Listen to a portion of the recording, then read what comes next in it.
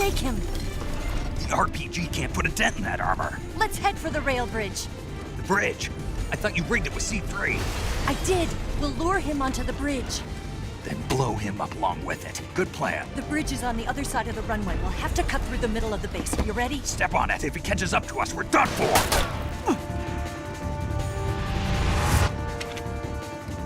Okay, here we go!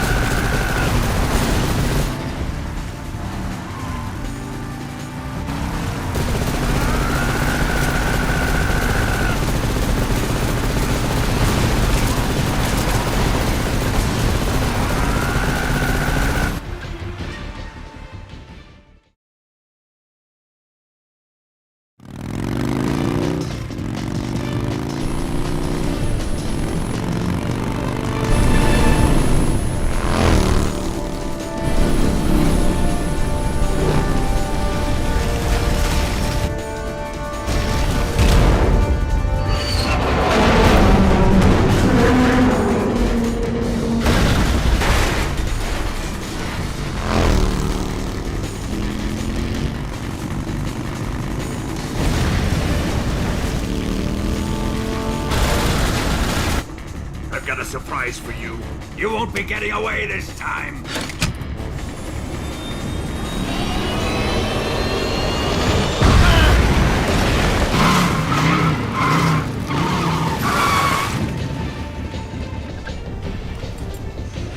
Son of a bitch!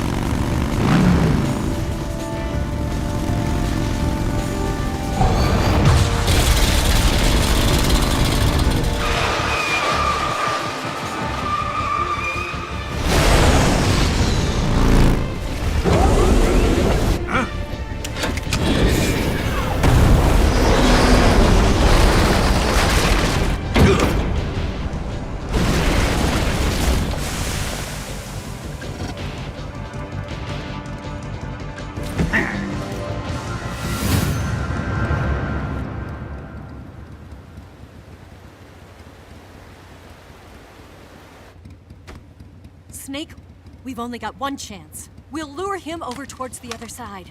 When the Shagohod is on the bridge, shoot the explosives. The bomb is planted on the strut of the bridge.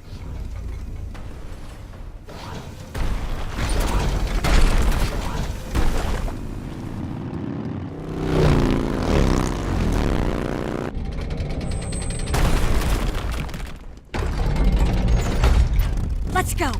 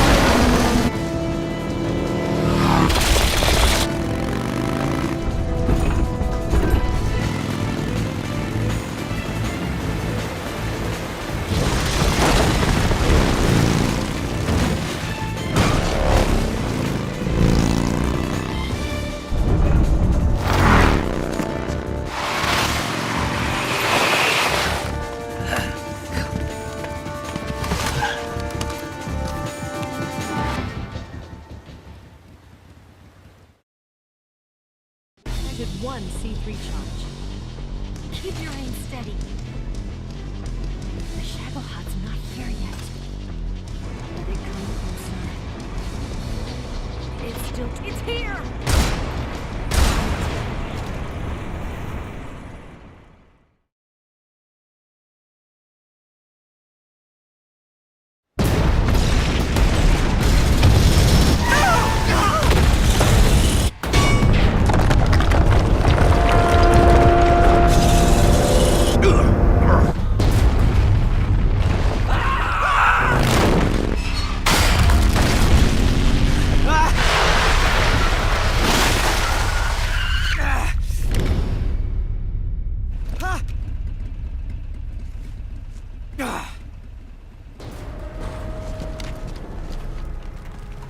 We did it!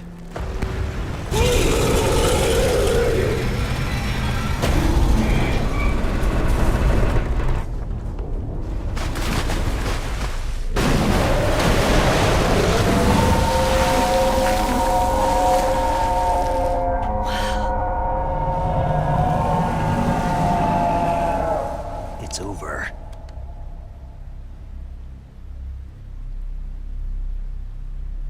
Look!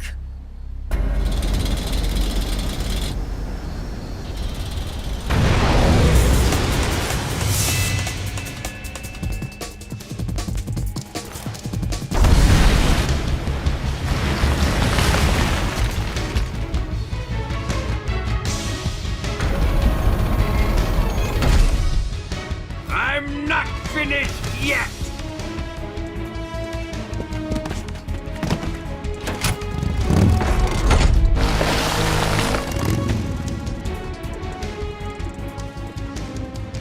Ava, you take care of the driving.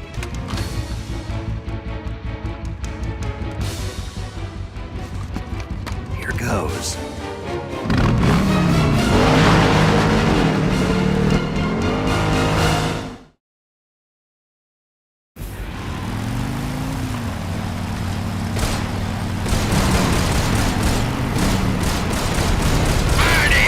Incoming missiles!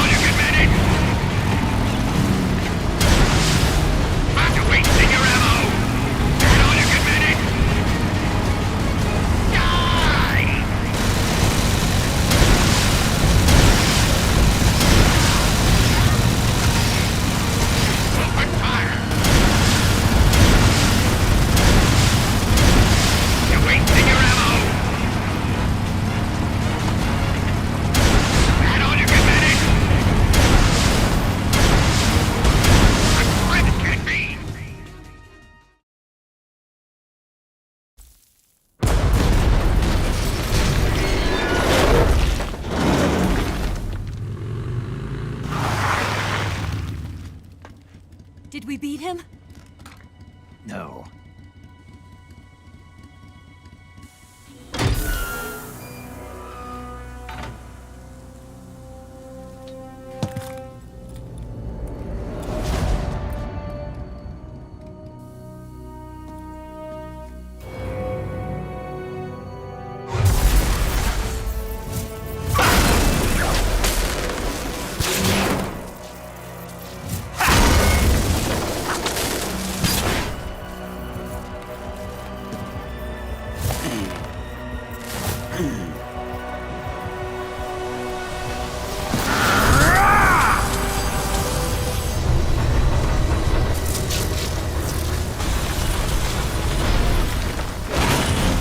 Get off!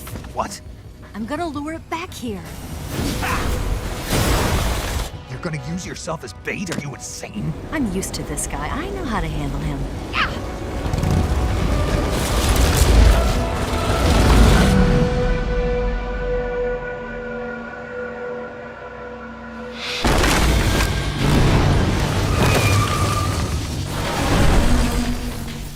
Come on, you blockhead! Huh?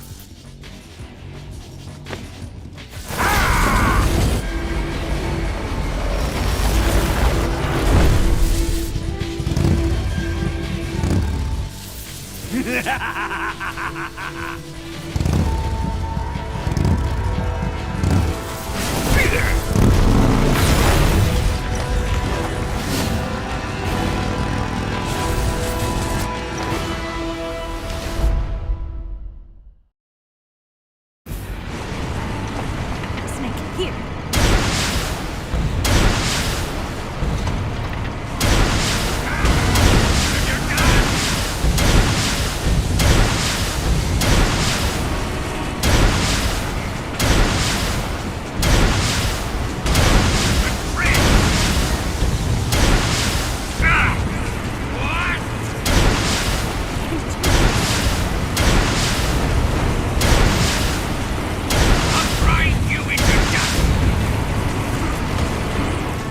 Here, use this.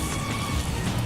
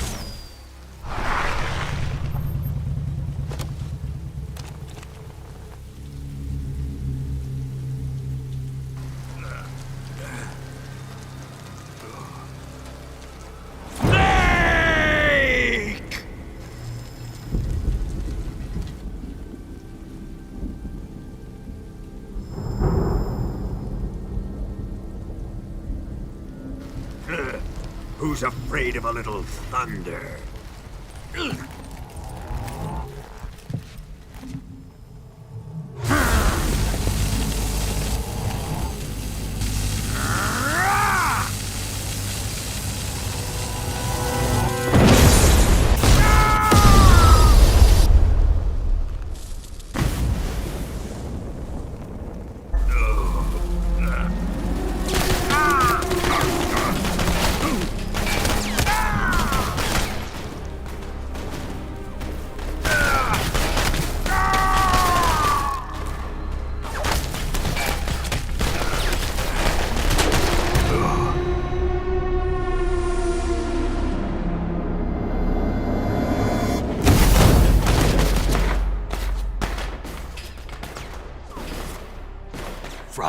bolt of lightning. A fitting end. It's finally...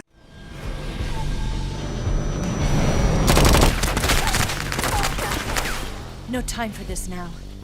The escape craft is just up ahead.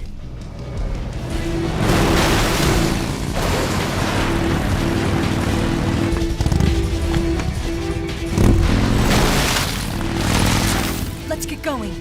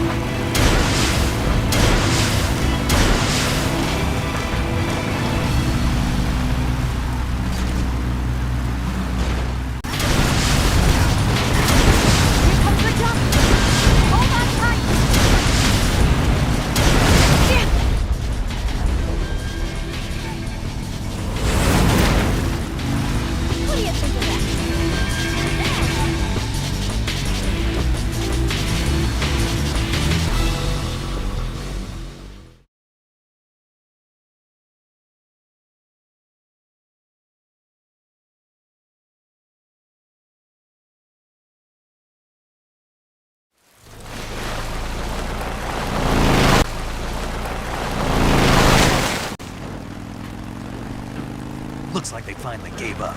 Don't start celebrating yet. We're leaking fuel. Damn it. Tank shot up.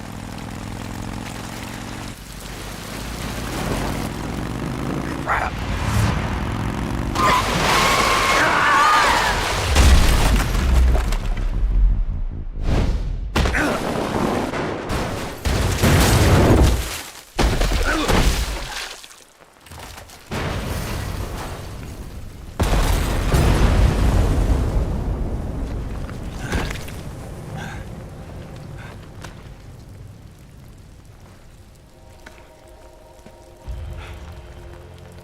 Eva! I'm over here.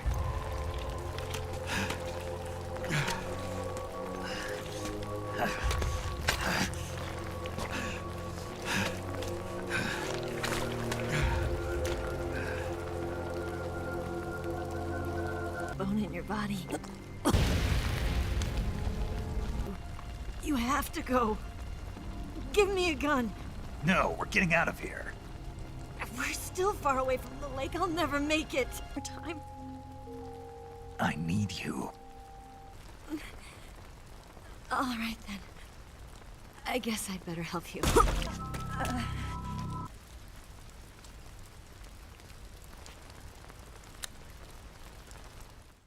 Snake, can you hear me? Paramedic. Thank God. Eva's been seriously hurt. So have you.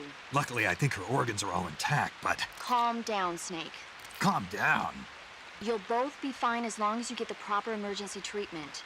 But you're the only one who can do this. Understand? So you've got to calm down. Right. Okay. Okay. Now let's open up the survival viewer and treat the injury. Do you have supplies with you? I'm running kind of short. Then by switching the survival viewer over to Eva, you can treat her wounds too. Now get to work. Oh, and Snake, I'm pretty sure you know this already, but if you don't have enough supplies for the both of you, your wounds come first. Huh? Do you get my meaning, Snake? You've still got a mission to complete. Yeah. I know what I have to do. Snake? Like this.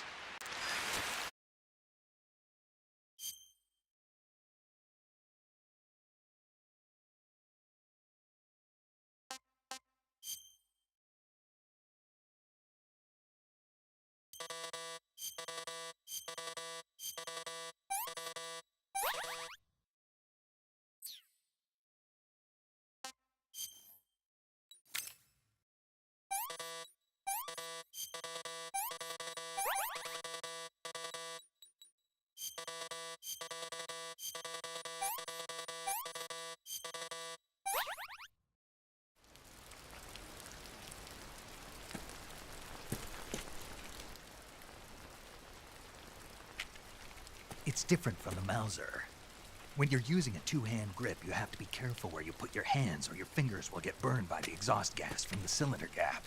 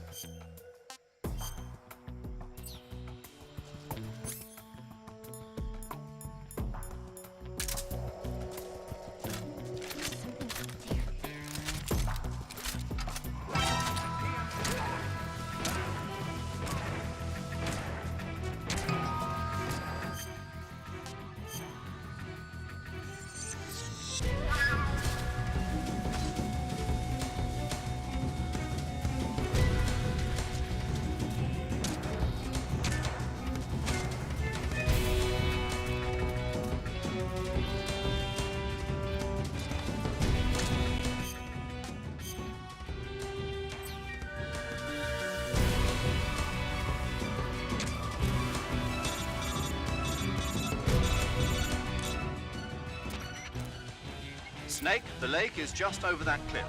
Eva should be able to climb it if you help her. Keep her close to you.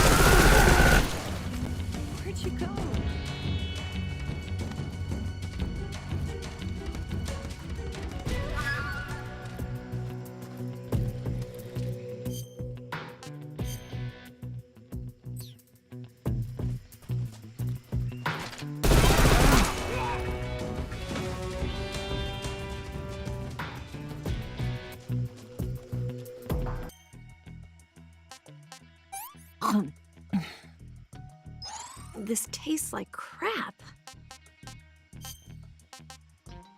Hmm.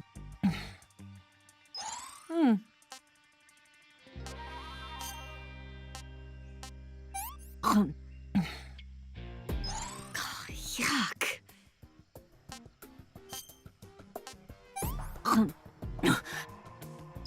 I can't eat another bite.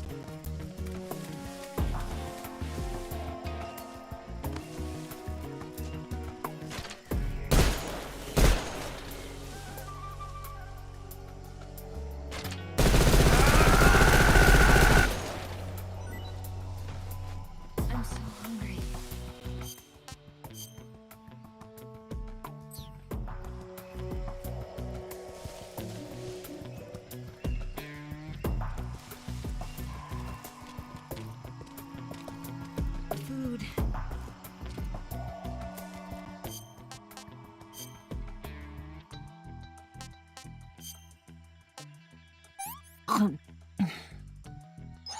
did you give me? I'm gonna puke.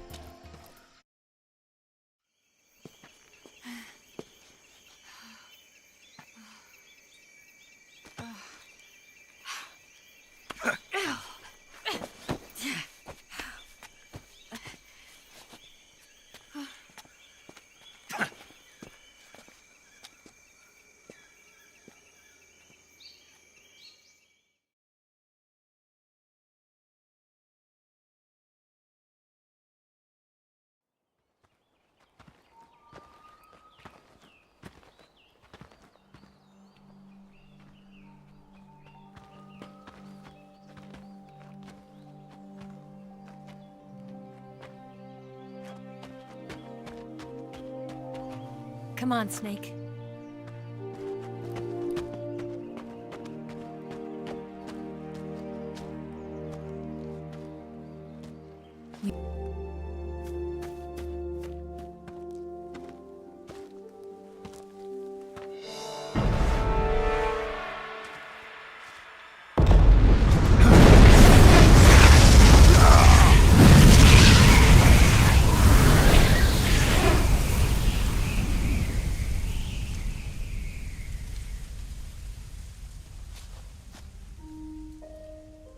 Life's end. Isn't it beautiful? It's almost tragic. When life ends, it gives off a final lingering aroma.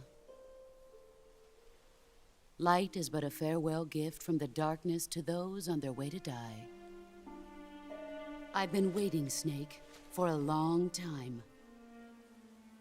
Waiting for your birth, your growth, and the finality of today. Boss, why are you doing this? Why? To make the world one again. The world used to be whole. But with the end of the Second World War, the philosophers began to fight amongst themselves, and the world was torn apart. The Cobras, my comrades who trained and fought alongside me, were torn apart as well. The foibles of politics and the march of time can turn friends into enemies just as easily as the wind changes. Ridiculous, isn't it? Yesterday's ally becomes today's opposition, and this Cold War? Think back. When I was leading the Cobras, America and Russia were fighting together. Now, consider whether America and Russia will still be enemies in the 21st century. Somehow I doubt it. Enemies change along with the times, the flow of the ages, and we soldiers are forced to play along. I didn't raise you and shape you into the man you are today just so we could face each other in battle. A soldier's skills aren't meant to be used to hurt friends. So then what is an enemy? Is there such a thing as an absolute timeless enemy? There is no such thing, and never has been. And the reason is that our enemies are human beings like us. They can only be our enemies in relative terms. The world must be made whole again. The philosophers must be reunited. I will devote my skills to that purpose. And with the Colonel's money, I will achieve that end. Just as I once created the Cobras. They are my family. I may no longer be able to bear children, but I still have a family. It was November 1st, 1951. I was in the Nevada desert participating in atomic testing. The name Nevada is derived from Spanish, covered in snow, white as snow. And snow is exactly what I saw in that Nevada desert. It froze my blood white. Snake, you were an atomic test subject, weren't you? On Bikini Atoll. That's part of the reason I was drawn to you. You and I are alike. We're both slowly being eaten away by the karma of others. We'll never have the chance to die peacefully of old age. We have no tomorrow. But we can still have hope for the future. In 1960, I saw a vision of the ideal future from space. 3 years earlier, the Soviet Union had succeeded in launching Sputnik, the first man-made satellite in history, into orbit. This came as a huge shock to the United States. In response, America threw everything it had into its own manned spaceflight project, the Mercury program. Even as the Soviets seemed poised to send their first man into space, America was still experimenting with chimpanzees and rockets. The government wanted human data. So they secretly decided to send a human being into space. I was the one they chose. At the time, they didn't have the technology to block out cosmic rays, and whoever they sent up would inevitably be exposed to heavy radiation. That's why they chose me. After all, I'd already been irradiated once. Of course, you won't find any of this in the history books. I could see the planet as it appeared from space. That's when it finally hit me. Space exploration is nothing but another game in the power struggle between the US and the USSR. Politics, economics, the arms race, they're all just arenas for meaningless competition. I'm sure you can see that, but the Earth itself has no boundaries. No East, no West, no Cold War. And the irony of it is, the United States and the Soviet Union are spending billions on their space programs and the missile race, only to arrive at the same conclusion. In the 21st century, everyone will be able to see that we are all just inhabitants of a little celestial body called Earth. A world without communism or capitalism, that is the world I wanted to see. But reality continued to betray me. In 1961, I was sent to Cuba, to Bahia de Cochinos. It was part of a CIA-sponsored invasion under the guise of taking Cuban exiles back to their country. But the US government betrayed them. Our weak-kneed president held back their air support. Defenseless, the exiles were annihilated by the Cuban army. All I could do was watch in silence. I was set up by the very country I'd sacrificed so much for, by the very government I dedicated my life to defending. I was driven from the surface world, and I went underground. Then, 2 years ago, I faced the Sorrow, my old comrade in battle. He was my friend. But one of us had to die. I was left with no choice. The Sorrow gave his life for me. There is no enmity between us. One must live, and one must die. That was the mission. The ones who gave me that mission were the philosophers. Early in the 20th century, the true holders of power in the United States, the Republic of China, and the newly formed Soviet Union gathered together in a secret meeting that would later be known as the Wise Men's Committee. The secret pact they formed there marked the beginning of the philosophers. But the last of the original members died in the 1930s. After that, the organization began to run out of control, and the Wise Men's Committee degenerated into a mere shell of its former self. The philosophers of today have no sense of good or evil. Their influence extends to countries and organizations involved in every aspect of every war. They have become war itself. That's how they operate. The sacrifices of war cause a shift in the times. This shift leads to renewed conflict, and in turn triggers the next war. Like a nuclear chain reaction, each conflict sparks countless others, forming an endless spiral that will continue on for eternity. Do you understand what I'm saying, Snake? By consuming me and you, the philosophers intend to keep that cycle going forever. It was my father who explained all of this to me.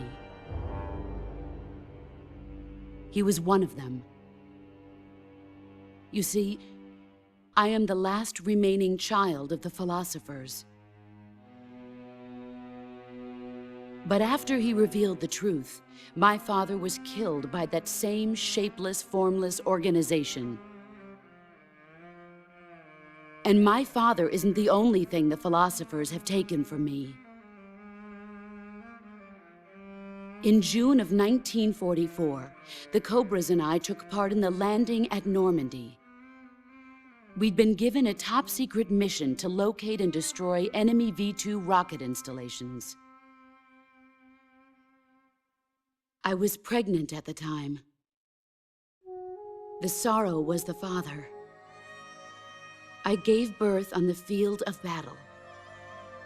A beautiful baby boy. But my child was snatched away from me by the philosophers.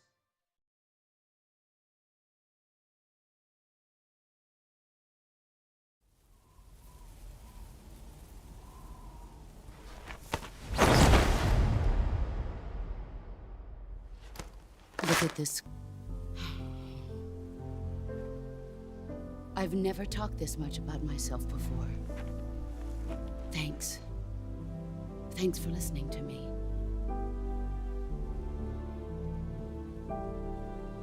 I feel content. Snake, I loved you. I've given you weapons, taught you techniques, endowed you with knowledge. There is nothing more for me to give you. All that's left for you to take is my life, by your own hand. One must die, and one must live. No victory, no defeat. The survivor will carry on the fight. It is our destiny. The one who survives will inherit the title of boss. And the one who inherits the title of boss will face an existence of our lives, Jack. Boss? You're a soldier. Finish your mission.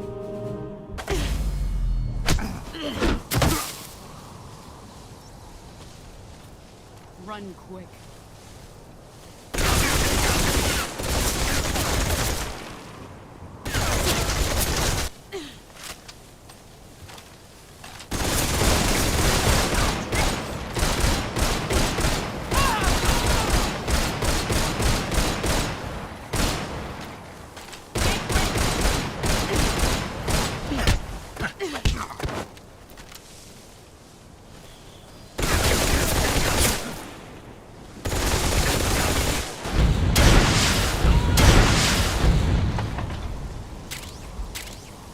You've gotten stronger.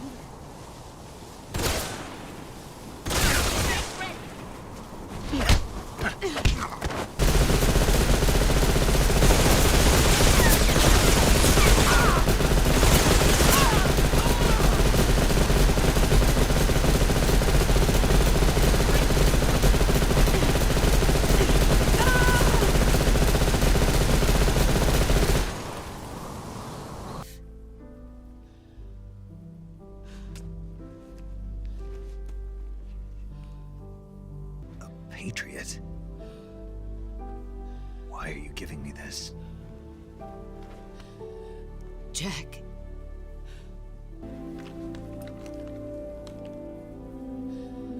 There's only room for one boss and one snake.